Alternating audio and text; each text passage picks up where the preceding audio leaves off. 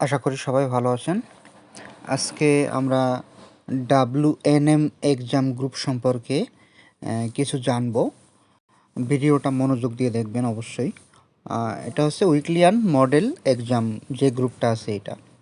এখন আপনি যদি উইকলিয়ান মডেল এক্সাম লেখেন, সাপোজ এখানে লিখলেন যে উইকলি অ্যান্ড মডেল এক্সাম লিখে যদি গুগলে সার্চ দেন তাহলে কিন্তু আপনি সরাসরি ওয়েবসাইট পেয়ে যাবেন, এক্সাম লিঙ্কও পেয়ে যেতে পারেন। এই যে এখানে ক্লিক করলে এখানে কিন্তু সরাসরি এক্সাম লিঙ্কটা পেয়ে গেলেন, এখানে টেক এক্সাম দিতে পারবেন। এখন সবার ক্ষেত্রে নাও আসতে পারে এই বিষয়টা। এখন যদি না আসে তাহলে কি করবেন? তাহলে আমি আবারও ব্যাকে যাই। তাহলে আপনারা SUZONKUMAR এইটা লিখে গুগলে সার্চ দিতে পারেন। দেখেন আমাদের ওয়েবসাইটটা কিন্তু www.SUZONKUMAR.com, এইটাতে সরাসরি গেলেও আপনি পাবেন। এই যে ওয়েবসাইটে গেলেন, যাওয়ার পরে আপনি প্রথমত আপনার কাজ হচ্ছে যখন এক্সামের নাম্বার বলে দেওয়া হবে তখন আপনি সেই নাম্বারটাতে গিয়ে দেখবেন যে কী কী টপিক আছে। এটা আসলে কোথা থেকে পাবেন এইটা একটা বড় বিষয়। অনেকে করেন কি যে এইগুলা না পড়ে নিজের ইচ্ছা মতো পড়েন, এক্সামের রেজাল্ট খারাপ করেন। যাই হোক, আপনারা করবেন কি, এই যে কর্নারে যে 3 লাইন আছে এখানে ক্লিক করবেন। এখানে ক্লিক করার পরে WNM এক্সাম এটা ড্রপ ডাউনে ক্লিক করবেন। তারপরে দেখেন যে এখানে এক্সাম শিডিউল আছে। এক্সাম শিডিউল এইখানে গেলে আপনারা এক্সাম শিডিউল দেখতে পারবেন। এখানে দেখেন আপনার যত নাম্বার থাকবে তত নাম্বারের এক্সাম শিডিউলটা দেখবেন, ডেটও দেওয়া আছে সবগুলো।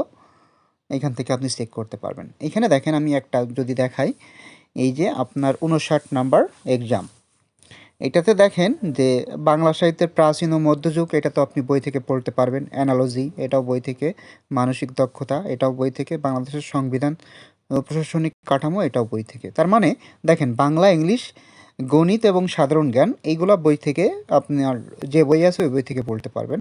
আর কোশ্চেন ব্যাংকের ক্ষেত্রে খেয়াল করেন 18তম BCS ব্যাখ্যা সহ সবার কাছে BCS প্রিলিজ যে বইটা থাকে ওইটাতে পাবেন। আর এর পাশাপাশি লেখা আছে WNM 22-23। এইটা মানে WNM এক্সামের যে 22-23 নাম্বার এক্সাম আছে সেইটার প্রশ্ন এর সাথে থাকবে। এখানে মূলত আমাদের মার্কিং যদি 50 থাকে তাহলে প্রত্যেকটাতে 10-10 করে মার্ক থাকে। এখানে দেখেন 4টা সাবজেক্ট এবং একটা কোশ্চেন ব্যাংক, টোটাল 10-10 মার্ক করে 50 মার্ক হয়। আর যদি 100 মার্কের থাকে তাহলে 20-20 করে মার্ক হয়। কিন্তু সেইভাবে পড়াশোনা করবেন। এখন দেখেন WNM এক্সাম, এইটার জন্য কি করবেন, আপনি জাস্ট এই 3 লাইনে যেতে পারেন। এই স্টাডি না, WNM এক্সামের এখানে যে ড্রপ ডাউন আছে এটাতে ক্লিক করবেন। দেখেন যে এইখানে আছে দেখেন WNM কোশ্চেন্স, এইটাতে ক্লিক করবেন। করার পরে দেখেন যে এখানে চলে আসছে, এখানে 58, তারপরে 57, 56 এইভাবে কমতে থাকবে। ঠিক আছে, আমার প্রথম পেজে যদি সেই প্রশ্নগুলো না খুঁজে পাই তাহলে দ্বিতীয় পেজে যাব, দ্বিতীয় পেজে না পেলে তৃতীয় পেজে, এভাবে পেজ কিন্তু বাড়তে থাকবে। ঠিক আছে, এখন 3টা পেজ আছে, আস্তে আস্তে আরও বাড়বে, কিন্তু আপনাকে পেজ অনুযায়ী যেতে হবে। এখন আমার 22-23 যেহেতু বলছে, তাহলে এই প্রশ্নটা প্রথম দিকের 22-23 এইগুলা একসাথে অনেকগুলো আছে। দেখেন এই যে এইখানে 22 থেকে 36 পর্যন্ত। ঠিক আছে, এইখান থেকে আপনি পড়তে পারবেন এক্সাম, এখান থেকে পড়বেন। আচ্ছা, মনে করেন আপনার অন্য একটা, এখানে কয়টা আছে, 22 থেকে 36 পর্যন্ত আছে। আপনি যে কোনো একটা যাইতে চাইলে টেবিল অফ কন্টেন্টে ক্লিক করবেন। সাপোজ আপনি 35-এ যেতে চান, এই যে 35-এ ক্লিক করে দিবেন। দেখেন 35-এ চলে আসছে। আবার এই যে কর্নারে অ্যারো আছে, আপ অ্যারো, এইটাতে ক্লিক করলে একদম উপরে চলে যাবেন, টেবিল অফ কন্টেন্টে চলে যাবেন। ঠিক আছে, আশা করি এই বিষয়টা বুঝতে পারছেন। এবার এক্সাম দিবেন কিভাবে?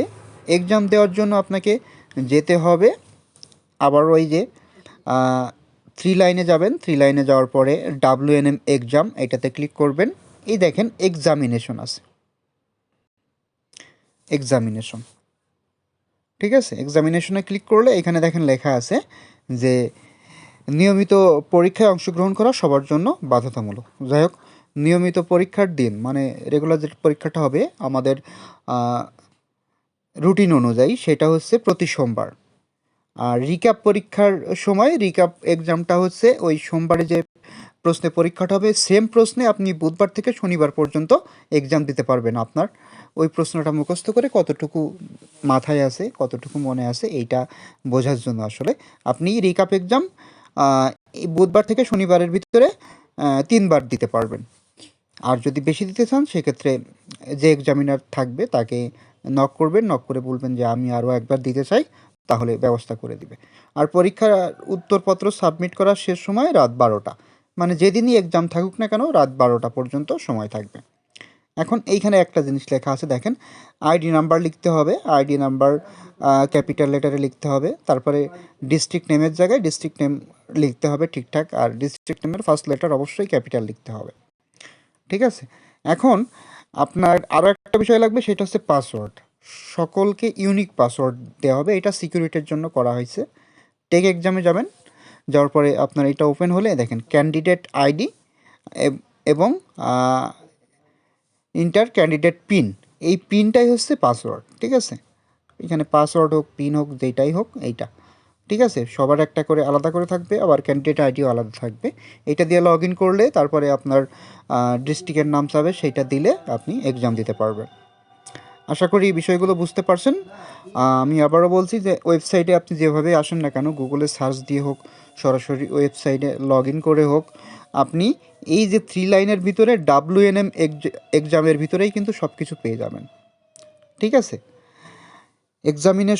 এক্সাম দিতে গেলে এই যে এক্সামিনেশনে ক্লিক করবেন, প্রশ্ন পড়তে গেলে WNM কোশ্চেন্স, এক্সাম শিডিউল দেখতে গেলে এক্সাম শিডিউলটা দেখবেন, দেখলে আপনি সব কিছু ক্লিয়ার বুঝে যাবেন।